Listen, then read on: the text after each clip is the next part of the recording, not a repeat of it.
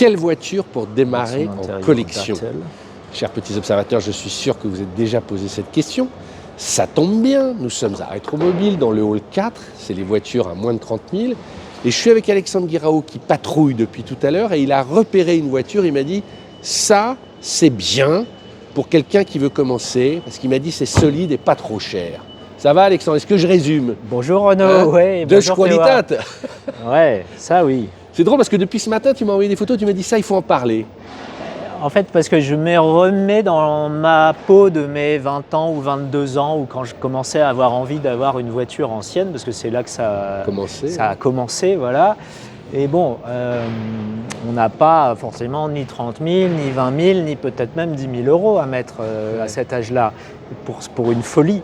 Et puis il faut pas que ça soit une folie non plus, justement. Ouais. Alors ça, tu m'as dit, c'est quoi déjà? Parce que alors ça, donc c'est une Mercedes 190 avec son petit moteur 1,8 litre essence, hein, c'est-à-dire, on va dire, l'entrée de gamme de Mercedes à la fin des années 80, voilà.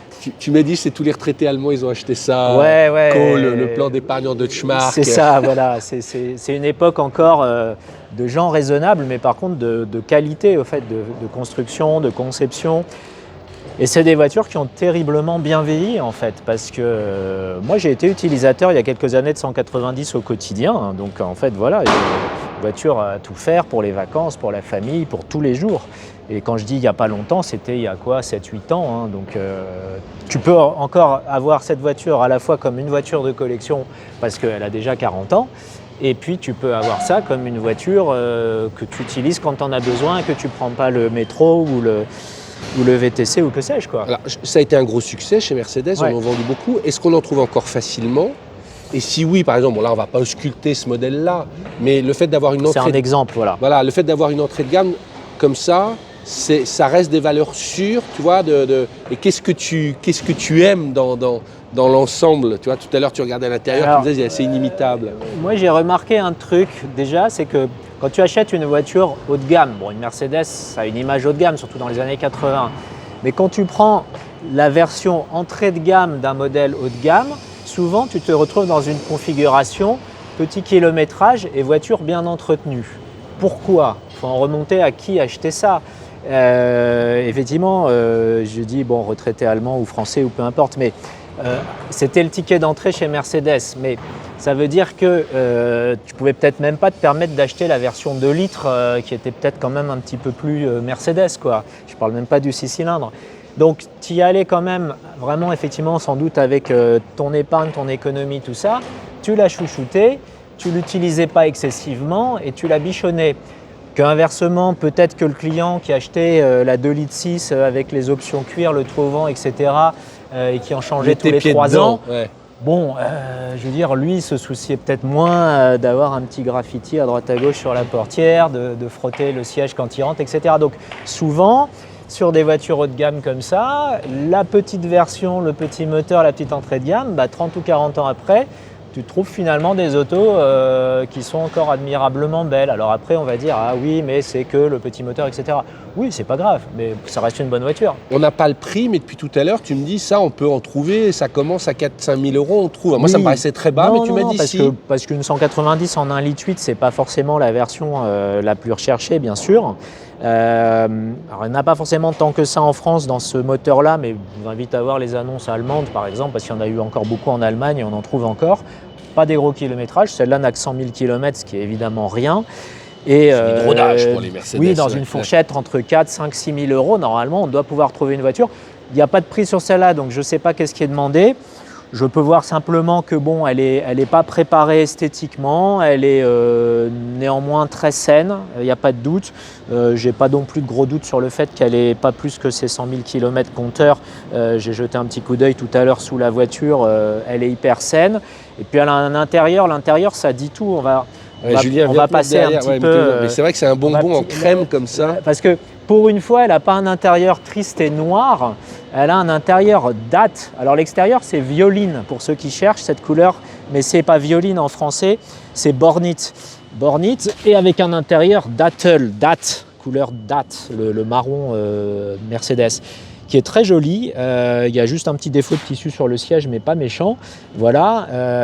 Elle a une planche de bord vraiment qui n'a pas bougé, qui n'a pas pris la chaleur. Même la boîte à gants ferme, elle est bien alignée, tout ça. Les aérateurs, pour être dans cet état-là, elle n'a pas 300 000 km parce qu'ils sont fragiles, les aérateurs sur la 190. Bon voilà, c'est vraiment... Tu m'as dit elle a quelques options, parce que même les vitres électriques et le oui, compte-tour, c'est de l'option. Elle a des vitres électriques, elle a un compte-tour, elle a le petit parement en bois ici, elle a la coudoir. En fait, l'air de rien, elle a déjà beaucoup d'options pour une 1,8 litre. On a le volant camion. Tout était donné chez Mercedes, hein, rien n'était donné, pardon. Ouais. Voilà. Donc, et un intérieur qui est très agréable parce que en fait, c'est une grande voiture compacte. C'est une voiture où on est bien 2 adultes derrière et elle a un petit format. On pourra aller voir le coffre qui est encore assez grand par rapport à ce qu'on fait aujourd'hui. Je trouve qu'en architecture, c'est vraiment une des meilleures Mercedes compactes qui ait jamais eu en fait la 190. C'est vraiment le moment de se lancer dedans parce que toi-même tu me disais que tu n'avais jamais eu de mandat de recherche sur les 190, non. Même sur les 16 soupapes. Non, elles sont un peu en dessous du radar, j'ai l'impression, les 190. Pourquoi, je sais pas, mais bon, ça donnera peut-être l'occasion de s'y intéresser. Moi, ça me fascinait le Fasten Z-Belt en rouge. On se croirait vraiment dans un Airbus. Tu sais, tu as l'impression que tu vas aller voyager. Donc celle-là te plaît. Le ciel de toit est nickel aussi. Hein. Là, tu sais qu'elle n'a pas non plus 300 000 km. Hein. Les panneaux de porte, ah oui, très important sur ces autos-là. Les panneaux de porte, là, ne sont pas du tout détendus. Regardez comme ils sont beaux, ils sont encore absolument parfaits.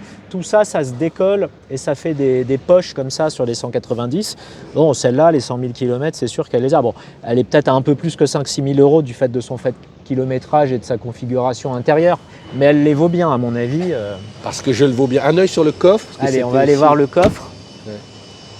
Donc on t'ouvre plus. Non, on monte les panneaux de porte. Je vous rappelle que nous sommes dans le haut.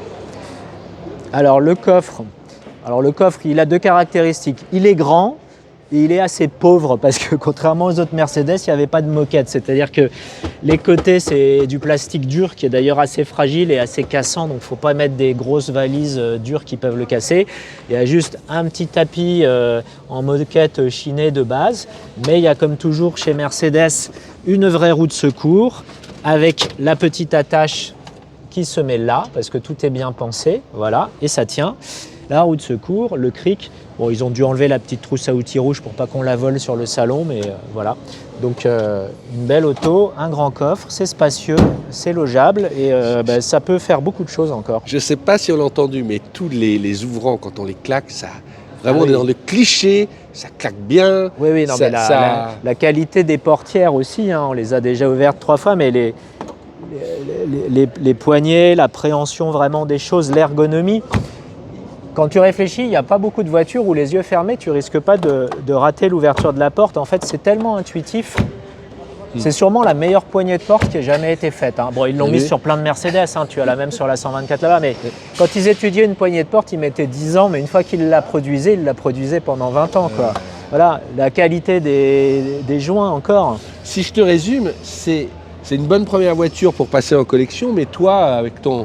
ça peut être, toi tu dis, une voiture pour tous les jours même. Pour ça peut même être quelqu'un qui ne voudrait qu'une seule voiture parce qu'il n'a pas besoin d'une voiture tous les jours, il ne fait pas trop de kilomètres, tout ça. Ben voilà, c'est une voiture idéale pour le week-end, pour les vacances. Et si un jour il faut aller travailler avec, ça peut dépanner aussi. Et puis c'est déjà une voiture de collection parce que quand on est dedans, la différence est pas sidérante avec les Mercedes des années 70 ou d'avant. Par exemple, on a une 123 coupée à côté. Voilà. Alors elle tient beaucoup mieux la route parce qu'elle a un essieu arrière multibras qui est génial. Donc voilà, elle garde le confort et le côté cossu des séries un petit peu d'avant. On a fait une vidéo sur celle-là. On a fait une vidéo d'ailleurs sur un coupé 123, allez la voir.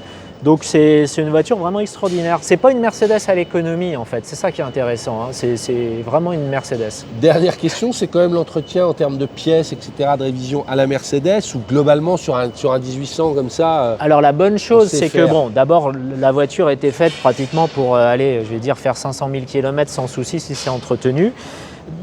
Beaucoup de pièces pourront se trouver d'occasion, même un phare ou quelque chose, parce que c'est une voiture qui a été faite à plus d'1 million d'exemplaires, si je ne dis pas de bêtises. Voilà, et beaucoup de pièces sont partagées aussi avec la grande sœur, la série 124. Donc vous n'aurez pas de problème normalement pour trouver que ce soit des pièces d'entretien, des pièces d'usure. Pas tout chez Mercedes, mais en tout cas en refabrication, équipementier, oui, et pas trop cher. D'accord. Bon. Facile à trouver votre calandre là. Alors la calandre par contre en calandre authentique Mercedes, et ça je peux vous dire que c'est une vraie, c'est du métal et elle est costaud. En refabrication c'est pas cher et vous en trouvez, mais ça va s'abîmer assez vite et ça n'aura pas cette qualité là, donc surtout gardez les vrais. Vous pouvez changer les baguettes à l'intérieur si elles sont abîmées, ça se retrouve la section intérieure. Mais le tour comme ça, avec du vrai beau chrome, il faut le garder. Merci Alexandre. On se retrouve pour d'autres vidéos sur Rétromobile dans le hall 4 pour les voitures. Voilà, moins de on va 30 000. continuer. Allez, ciao.